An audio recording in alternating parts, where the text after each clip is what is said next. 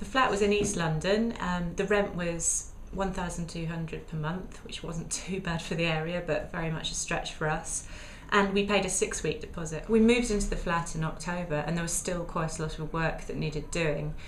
It wasn't actually completely ready to live in. We needed things fixing. We hadn't had a gas safety certificate. We hadn't had our deposit bonded. Unfortunately, after we moved in, we simply couldn't get hold of our landlord. We phoned, we emailed, we texted, but there was no response. We got back from Christmas and found that our boiler had failed. We'd been worried about it for some time. It was freezing cold. We couldn't get hold of our landlord, and we just didn't know what to do. We had to threaten to withhold the rent and offer to fix it ourselves before she got in touch with us. Finally, it got fixed, sort of, while we were out, but I think she did it herself because it still never functioned properly. And basically, we never had a functioning heating system for the rest of the tenancy. The thing that was really worrying to us was that we had no confirmation our deposit was bonded. She continued to lie, pretend that she had bonded it. We knew because we'd contacted the deposit companies.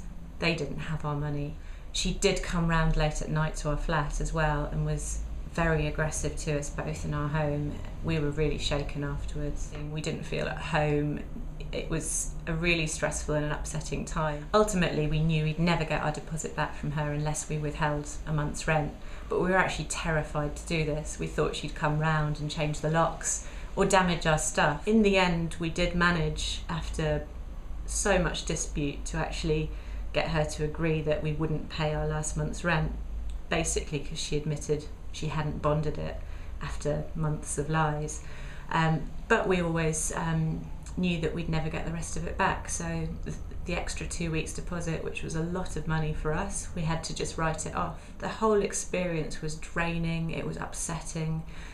We really felt that the law also offered us no protection. We felt completely at a loss as to what to do. We needed to be away from a situation that was wrecking our lives, and if the only alternative is to engage in a serious legal dispute, that's not much protection for people at all.